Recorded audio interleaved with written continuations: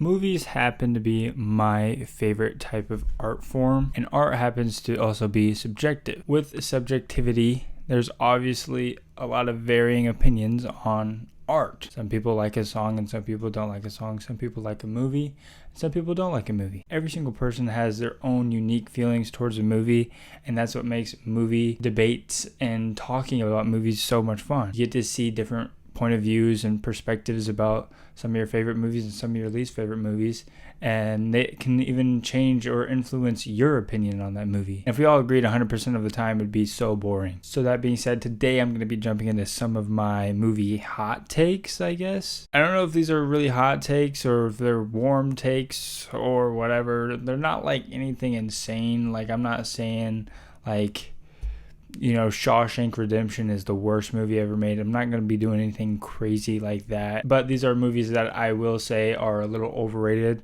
or are a little underrated. Obviously, people have different feelings and opinions towards my feelings and opinions, and I'd like to hear those in the comments. So if you have any input or something you might think could sway my opinion, then go ahead and leave it in the comments or whatever. But yeah, let's just go ahead and jump right into some of my movie hot takes. So I'm going to be talking about 3 overrated films and 3 underrated films, or I guess underappreciated. I think most of my underrated films are liked, but they're just not talked about as much as they should be. Alright, jumping into the overrated part of this video, I'm going to have to start off with Richard Linklater's Boyhood. Now listen, I love Richard Linklater, and I'm not here to crap on him at all or his vision, but I really just didn't think this movie landed for me. It also probably has something to do with hype and expectation, because I've loved this man's work, and then I bought this movie on Criterion because I expected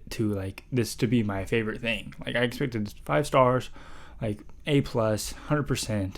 Richard Linklater is one of my favorite directors, and this movie just disappointed me. So this movie was described as an amazing coming of age film, and while I do agree to some certain extent, we follow these kids growing up. Now obviously I'm not trying to hate on these actors in any way, but I didn't think that the acting from our main leads worked out so well. It is a risky choice to film this over a course of 15 years, obviously, but the main boy and the little girl, the sister, they just didn't turn out to be the greatest actors overall. And I think it was even more noticeable because they were surrounded by amazing actors and actresses like Ethan Hawke and Patricia Arquette. I'm also maybe a little more harsh on films that are 3 hours plus, because if I'm going to devote that much time to a movie, I really want it to hit, and this movie just didn't hit for me, and I'm sorry. My second film I consider to be a little bit overrated is going to be David Lynch's Eraserhead. Now, I think the general consensus is that this is not Lynch's best movie. I just think a lot of people think it's really disturbing, and it definitely succeeds in that aspect. If I'm not mistaken, I'm pretty sure this is Lynch's first directorial effort, and I can definitely see that. I think the ideas in here are more interesting than the film itself. I kind of want to care about the characters in a film, and in this movie, I didn't really have any feelings towards any type of characters. We were kind of just thrown into this and had to feel it. But for me to really feel it, I kind of have to connect to the characters in some fashion. And in this movie, I just really didn't. It was a very disturbing film overall, and I really did appreciate that factor of the whole movie. But really nothing in here made me want to come back to it all that much. So my third movie is Leon the Professional. Now, when I first watched this movie, I did enjoy it. I thought all the performances were great, especially Natalie Portman in her first performance was out acting most of these actors. But Gary Oldman was great as well, and so was Jean Reno. I think that's how you say his name. I'm sorry if I butchered it. But this movie's director, Luc Besson, was very disgusting with how he handled Natalie Portman's character. Instead of making Leon and her like a father and daughter relationship, he kind of tried to make it romantic, which was disgusting because Natalie Portman was 13 when she filmed this movie. But then you look deeper into it and you look up the director's name, Luc Besson, and figure out that this guy is a pedophile himself. He not only dated a 16-year-old, but he also impregnated her at 16. Not only was he just a pedophile, but he was also accused of in 2018. So all those facts alone kind of just left a really ill taste in my mouth because he was making a pedophilic friendly movie. So now if anyone asks me what's an overrated movie, I always say Leon the Professional. That is my go-to answer because of this man, Luc Besson, and he's still making movies somehow. Okay, so now it's time to jump into some of the underrated films or underappreciated films that I think just deserve to be talked about more, or maybe we need to all reevaluate. My first underrated film is going to be Rocky Balboa. Maybe it has to do that I'm very nostalgic for the Rocky franchise because it was probably one of the first franchises that I ever was like in love with, and I watched all the movies, but I never knew this movie happened. I was never told this movie came out. I watched Rocky 1 through 5 all the time when I was younger.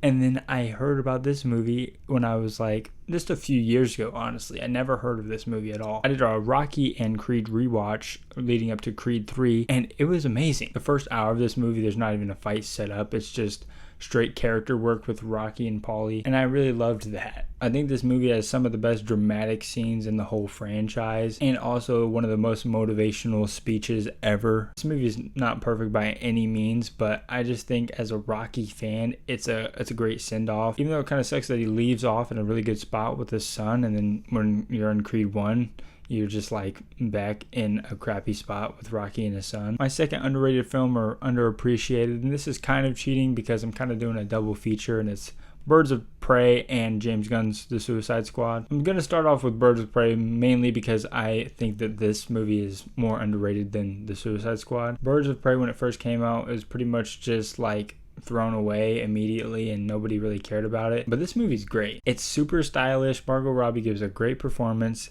Ewan McGregor gets a great performance. It's bloody, it's violent. I really don't understand why people didn't love this movie when they first watched it. I remember liking it, but I think on a rewatch now, especially compared to some of the superhero films we're getting nowadays, it's just very refreshing to see something like this. And then I'm also kind of grouping in The Suicide Squad because I think when the movie first came out, it came out on Max and in theaters, and because of that, people kind of forgot about it. Nobody went and saw it in theaters for sure. It flopped completely. It's just such a great movie and such a fun time. The colors are so much fun. The cinematography and the action is amazing. And it's got me super excited to see where James Gunn goes with the whole DC universe. But yeah, I kind of cheated because I put Birds of Prey and The Suicide Squad.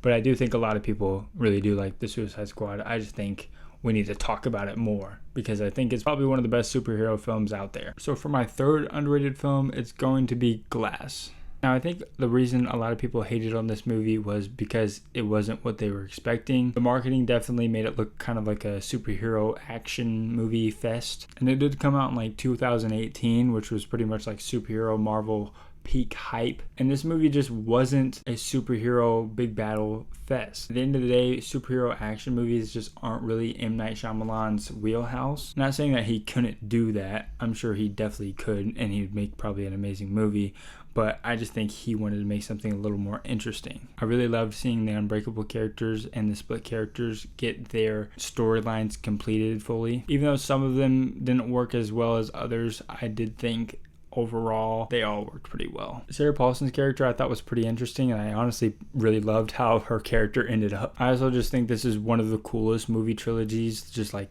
ever made because of the storylines behind it and how Split was a secret sequel, and that just makes Glass even better. Let me know what you guys thought about my list, and also please comment some films that you personally think are a little bit overrated or a little bit underrated. I'd love to hear your thoughts below. Thank you so much for watching, and bye bye.